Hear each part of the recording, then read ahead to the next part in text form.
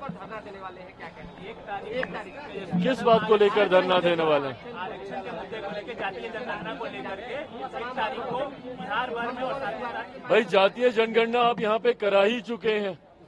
आरक्षण को लेकर जितनी बातें थी ये हमारे प्रधानमंत्री आदरणीय नरेंद्र मोदी जी स्पष्ट तौर से कह चुके हैं कि आरक्षण के जो प्रावधान डॉक्टर बाबा साहेब भीमराव अंबेडकर ने बनाए थे उन प्रावधानों के साथ कहीं कोई छेड़छाड़ नहीं की जाएगी।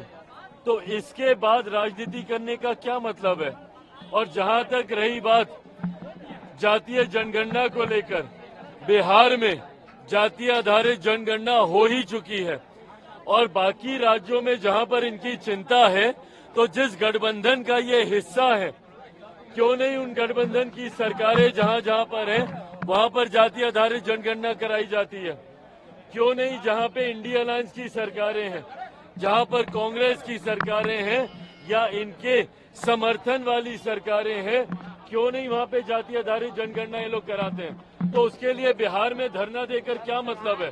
आप कहेंगे कुछ, करेंगे कुछ और बिना मतलब इन बातों पर राजनीति करेंगे, ये उचित बात नहीं है। पार्टी में टूट होने वाली है, कई नेता भाजपा के संपर्क में है। भाई सुनिए ना, कांच की हांडी बार बार नहीं चढ़ती।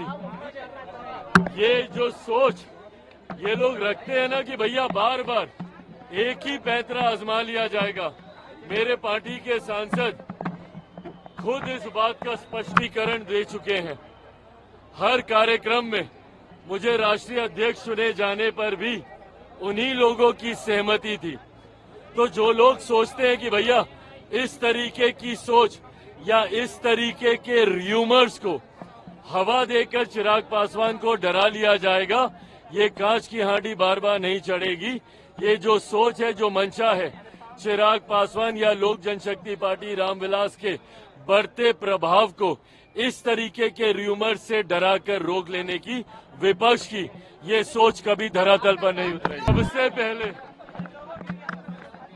पार्टी का राष्ट्रीय अध्यक्ष, लोक जनशक्ति पार्टी रामविलास का राष्ट्रीय अध्यक्ष पद की जिम्मेदारी दूसरी बार मुझे सौंपी गई है। इसके लिए मैं पार्टी के तमाम साथियों का, तमाम कार्यकर्ताओं का धन्यवाद करता हूं और ये विश्वास दिलाता हूं कि अगले 5 सालों में पार्टी को नई ऊंचाइयों तक लेकर जाने की जिम्मेदारी को पूरी ईमानदारी से और पूरी मेहनत से निभाने का काम करूंगा। ये पार्टी मेरे नेता, मेरे पिता आदरणीय रामविलास पासवान जी के विचारों पर चलने वाली पार्टी है, उनके सिद्धांतों पर चलने वाली पार्टी है।